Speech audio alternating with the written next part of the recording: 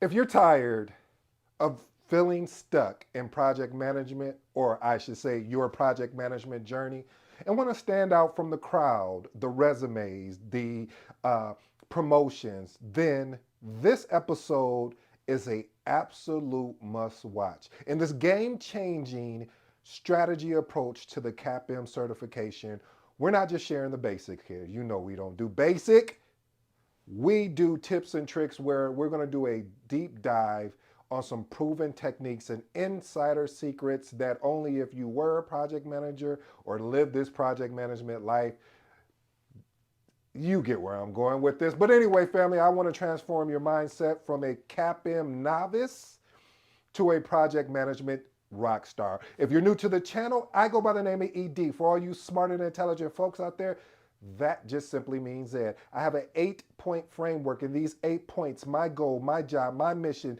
is to unpack today's title, which is entitled, How Do You Get the Most Out of Your Certified Associate in Project Management, or what we call CAPM? You mind if I share a story with you, family? The reason why this came about is because of the fact that I see a lot of people that are going after their CAPM or have already obtained or may recently have just obtained their CAPM. And what I notice is the same thing that I did what was wrong, and I want to share those with you. And these are things that you won't even see people share a lot, because it's not that it's embarrassing, it's the fact that they're like, why didn't I think about it? And then at that point they moved on and probably forgot about it. But for me, I remember this because it was painful. What do you mean, ED? What is the story about? Where are you going with this? What I am saying is that a lot of times when you're going after your CAPM, what is your game plan? What happens when you get your CAPM? Okay, congratulations, you got it. What's next? What should have you been doing in between as you were going after your CAPM? That is what we're going to unpack today. Meaning, as you're going after your CAPM, or even if you have your CAPM, what can you do now so you can ensure your success later? So my very first point, family, is let's celebrate you. Let's celebrate you because I want to celebrate you because I know the journey, what it looks like to go after your CAPM, because it's not as easy as people make it seem. You know, they always say the PMP is extremely hard and the CAPM, oh, that's just a walk in the park because you have to you just memorize things. It's just not that easy. And for those that are currently in the process and those that really respected the process, they understand that it wasn't as easy as well. So first of all, I really truly want to celebrate you. First, I want to celebrate you because you are on this journey. Second, I want to celebrate you of those who've already obtained their CAPM. But once you do obtain it, you want to be able to post this in your network, in your LinkedIn network. Let employers, let future employers know. Um, Demonstrate with stakeholders your commitment to actual project management excellence. Ensure the very first thing that you want to do is update your resume, your LinkedIn profile, your email signature as well. And also, if you talk about anything socially, put it on your social media as well. All right, let's move into point number two. Point number two, set clear goals. Message. Listen, family, if you're new to the channel, anytime that I say message, that means this is something important. This is something you want to lock in. This is something that you want to grab you a piece of pen or a piece of pen. This is who you want to grab a pen and a piece of paper and write this out. If you don't have a pen, go get a pencil. If you don't have a pencil, go get a crayon. I don't care. Just rewind this part back here if you don't remember. But seriously, family, point number two is set clear career goals. Family, when I was going after my CAPM, I didn't have a clear goal. Only goal that I had, well, that's not true because I did have a clear goal. It was get my CAPM. But looking back at this is what I wish I would have done. I don't have any regrets, but I want to help the next person that is actually either going after their CAPM or currently are, just recently got it within the last 6 months to a year. Very first thing you want to be able to do is understand why are you going after this CAPM? What is it going to do to you? And this is what I'm going to challenge you with. I'm going to challenge you with the video that I did yesterday live that I did where I talked about the five whys. If I'll unpack that real quick. When you say, I'm going after my CAPM, I'm going to say, why? Well, I'm going after my CAPM because I want to be able to find a better job. Why? Because I want to be able to make more money. Why? Because I want to be able to take care of my family. Why? You see where I'm going? So that's the five why, because the whole purpose of these five whys is to get to the really what are you actually doing this for? Like, because I'm gonna be honest with you, during this journey, you're gonna have some challenges. There's going to be life may interrupt you. You may interrupt yourself by saying, I don't even know if it's worth it. So I ask of you, family, if you to define a short term and a long term goal. So again, short term and long term career goal in project management, and determine how the CAPM certification aligns with these objectives. Update again, I already said it earlier, but I'm going to keep reiterating this. Update your LinkedIn profile. Understand if you have anything that another thing, start making a portfolio of your work. Now, there may be some things you're not unable to share because of company or organizational policies, but you want to get in a place where you're able to actually do that. And then from there, what you want to be able to do is start creating a career roadmap. It doesn't have to be nothing fancy. It could be a piece of paper where it says, hey, these are the five things I want to accomplish this quarter or this year, and really go after those things. Here's another tip. Because I want to make sure you get the best here, family. I want to over deliver. I want to disrupt. We already know I'm trying to disrupt project management in a healthy way to help people that I'm just pulling back the curtain, as they would say, so you can see what is actually going on. Okay, here we go. Here's a really crucial tip.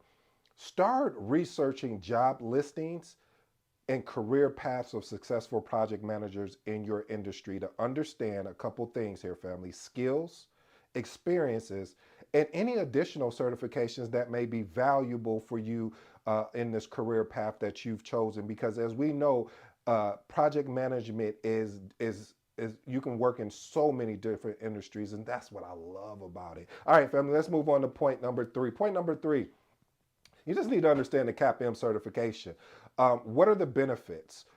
Look at a lot of times what I see people do when they go after the CAPM, they don't even look at the CAPM handbook, or they don't even look at the exam content outline. I, I, it baffles me, because PMI is literally saying, hey, this is what is going to be on the test, but you have to read it. It's really a good tool to use. So go on to PMI.org, look up the CAPM information. You'll be able to pull that. If you don't know where it is, put it in the comment. I'll personally get the link for you if you don't know how to find it or where it's at, because I want to make sure that I can serve you in a way to have the best success for yourself. So again, read the CAPM handbook, familiarize yourself with the certification requirements, exam content outline, as well as the recertification process, because sometimes you'll forget that, okay, I got to recertify in so many years and things like that. And here's a really good tip. One of the things that I did was, and I'm not as active as I should be, but attend a PMI chapter meeting or webinar to learn from certified professionals so you can gain some insights, or you can just tune in with your boy here. I'm going to take care of you. If there's a video you're looking for, or episode, I should say, that you're looking for, hey, send me a message. You know how to get a hold of me. Let's move on to point number 4. Develop soft skills. I said I'm going to go out and find a new word for soft skills, but really you want to be able to improve or enhance your soft skills, such as communication, leadership, problem solving, conflict resolution, teamwork. And these are all critical for project management success, because projects are led and driven by people. And so anytime when people are in the place, you're going to have different opinions of different things. You're going to have different ways people would like to be communicated to. You're going to have different leadership styles that you're going to have to deal with. So what I recommend to you, here's another tip: practice applying your soft skills in various project management scenarios, such as leading a team meeting, resolving conflicts, or even just presenting to stakeholders just to see kind of what the feedback is. Because again, family, this is all practice. You want to get as much practice as you can, especially when you get your CAPM. Sometimes you start as a project coordinator. Other times you could be a project manager and you just wanted to get your CAPM as a stepping stone to the next thing, which is the PMP. However, you want to be able to practice these things, and so you can become actually go to the next level. Let's move on to point number 5.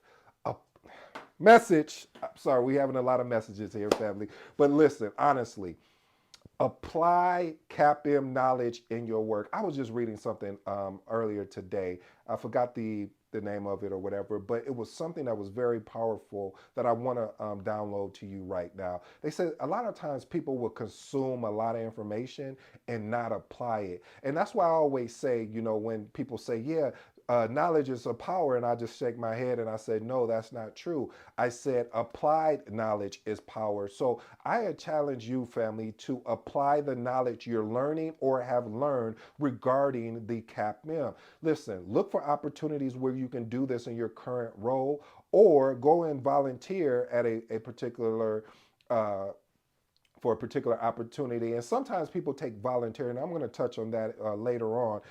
But seriously, family, identify areas in your work where you can implement CAPM concepts, tools, techniques, such as creating a project charter, developing a WBS, or what we call a work breakdown structure. And also, one of another big artifacts is a risk assessment. So again, family, find ways that you can practice this, because just think about this. If you're getting ready to take the CAPM and you just start practicing the things that you learn, when you are taking the CAPM, it's going to make more sense. It's going to click for you. So I recommend that you apply your CAPM knowledge in your work. Let's move on to point number 6. Point number 6, seek mentorship opportunities. Listen, family, by me getting a mentor, a coach, and a trainer, it is really I've really found a shortcut. Now, when I identify a shortcut, I am not talking about taking a shortcut because I don't want to do the work. No, no, no, no, no. I am talking about a shortcut in which I have an opportunity to learn from somebody that has already been through of where I am going. Does that make sense? Okay, you don't like that one. How about this? Getting a mentor allows me to see where my blind spots are compared to me going alone in the journey. So when you work with a mentor and they get to know you, and they start being able to understand some of your blind spots. They'll also be able to guide you when you say, hey, I'm gonna go thinking about applying for this opportunity. Great. And you get the interview, and then they say, hey, let's do a mock interview together, and I'm going to be extremely hard on you, because if I'm hard on you when you walk into the interview, if it's a soft interview, then this is going to be easy. And also, let me position you to give you the right questions. So this is mentorship, getting feedback, getting guidance, getting constructive criticism. You need this when you're making the decision to actually get in this thing that I love, that I hope you fall in love with, called project management. Let's move on to point number 7. Point number 7, listen, this is one of the things I always recommend. I say, if I would have done this differently, I would have, after I finished my CAPM, I probably would, no, I would have, not probably, I would have just started studying very light, but started studying the PMP. So point number 7 is pursue the PMP certification. Listen, one of the things after you get your CAPM, if you have the qualifications to sit and pass the PMP, I would get started right away. I wouldn't put it off. I wouldn't wait. This again, if you have the qualifications to apply to get the PMP. Why do I say that? Because you're already in study mode. You're already focused and locked in. So being able to ride that success of sitting and passing your CAPM, I'll say just get started and start studying for your PMP if this is the where you want your career to go. If not, then hey, again, congratulations to you. So I challenge you, family, to do, as soon as you finish your CAPM, to start the process. And if you don't qualify, because I know people are out there like, well, hey, I only got a year of experience in project management, or even less than a year, I wouldn't even qualify for the PMP right now. Again, I would recommend to you, as part of that plan that we talked about, that career plan, I would start saying, hey, you know what? I'm going to work, since there's 10 knowledge areas, I'm going to work on a knowledge area each day. Knowledge area, integration, knowledge area, scope, and knowledge area, time. So all I'm saying is study slowly while you're learning the information, so that way by the time when you're ready, a couple years or 2 or 3 years out, it's as they say, you'll hit the ground running because you've been studying, not as aggressive as you was with the CAPM, but now that you've been studying over time, when you really lock in to study and spend more time with it, you won't be so far, it won't feel like you're starting over from scratch. So again, pursue your PMP certification if you qualify for it. And point number 8, volunteer for project management roles. Every time I bring that up and talk about it, I think to myself now, I think sometimes we get caught up in volunteering, meaning, oh, I'm going to go volunteer for somebody. No, what I'm saying is, if you work for a corporation, organization, or whatever, see if you can connect. If they have a project management office, see if you can connect with the director or whoever is over the PMO, and ask them, hey, is it possible that I could volunteer on some projects, and say, I only this is the bandwidth that I have, as far as, and this is, I'm just being honest with you, family, this may cost you something, and it's going to cost you something, meaning that you may have to give up your lunch, or you may have to come in earlier and work, an hour before your actual shift, or what you're supposed to be doing, starts, or an hour afterwards. Listen, I'm going to tell you this. If someone came to me and I am the PMO, I'm over a PMO, and I have someone that is pursuing their CAPM, or already has their CAPM, and they want to go from a project coordinator to project manager, I'm going to work with them and say, listen, you can volunteer by, hey, could you work with that project manager? And what I'm going to ask of you is these things, or what are some of the things you feel like you want to work on?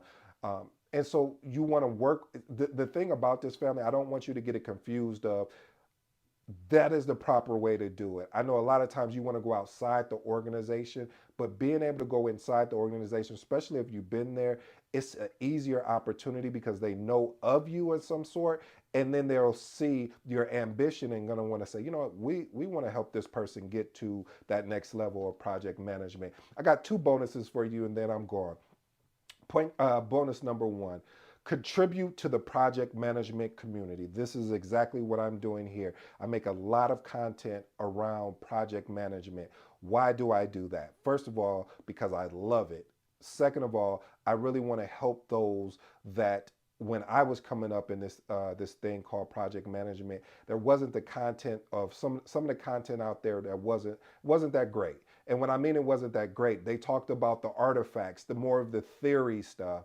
Where here, I try to keep it balanced, but I really more or less talk about real life, meaning when I'm telling you, hey, before you take your CAPM, have a plan of, when once you get your CAPM, how are you going to go after looking for jobs? How many job opportunities are looking for someone with a CAPM? These are the type of things that I was just blind at. Like, I was like, oh, I got my CAPM, and I was so excited. I was like, oh, okay, now what's next? I should have had those answers to the question of what's next, meaning, was I going to stay at the organization that I'm currently at, or did I plan on leaving once I got my CAPM? And then again, to the community, Magnetic Project Manager. I have 2 more books that are coming: the Magnetic PMO, as well as the Magnetic Apprentice. The Magnetic Apprentice is really around helping someone that is new to this thing that I love, that I hope you fall in love with, called Project Management. These are 2 books that I've been working on that should be dropping extremely soon. And if you're interested, drop a comment and say interested.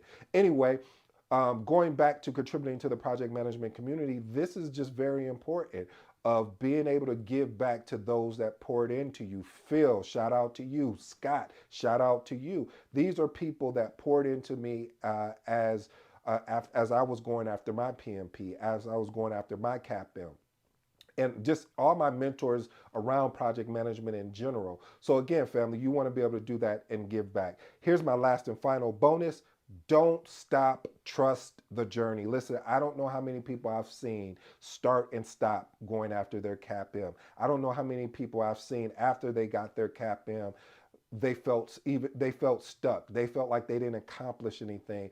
And I don't want that for you. I want you to trust the journey. If you really want to stick with this thing called project management, go after your PMP. If you don't want to go after your PMP, fine. But understand what your game plan is, so that way you're not disappointed or you feel some kind of way. Because sometimes we can beat ourselves up because we felt it should have been more excitement, more balloons and everything. But I digress. Point I'm trying to make, family, is the ability to be able to focus on what are my next steps in this journey. And you may not get them right. It's not up to you to get them right. It's up to you to make a decision. And then once you go through that decision, say, okay, that's not it. All right. We'll be adaptable and have agility. We'll just pivot. So please, family, when you take on this journey, don't stop. Trust the journey. I know it's a long journey when you're going after your CAPM. I know some people have been able to get their CAPM in 48 hours or 1 week, but I know that's not you, and that's not how you want to do it. You want to be able to understand and digest the information, so again, you can apply the information to your job. Here's my 3 closing remarks. Set clear career goals. I said that before, family. The importance of being able to set clear career goals, meaning updating your resume, updating your LinkedIn profile, understanding, doing a job search to see, hey, what is the price point for someone with a CAPM that has X amount.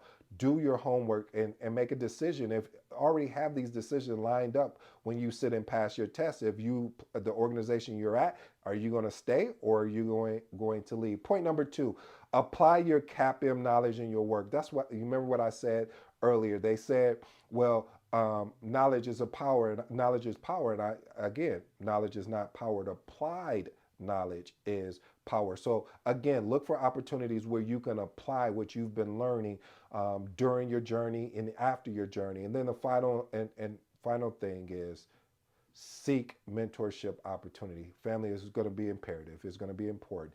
It's going to be dire that you get you a mentor that can assist you along your journey. I truly hope you enjoyed today's episode. I enjoy delivering it today. Thank you for this opportunity. I don't take it lightly. Anytime you leave me a comment, anytime you hit like or subscribe to the channel or listen to the podcast, I'm so humbled and grateful, because I started at this probably a year ago of putting peer project management content out. So I'm super grateful to you guys. I think I want to do like a grateful show where we just hang out and you come on the live if you want to and ask me questions. So I'm still working through those kinks. But again, I truly appreciate you. I hope you guys have a great and amazing day. Until next time, you know my slogan. I'm out.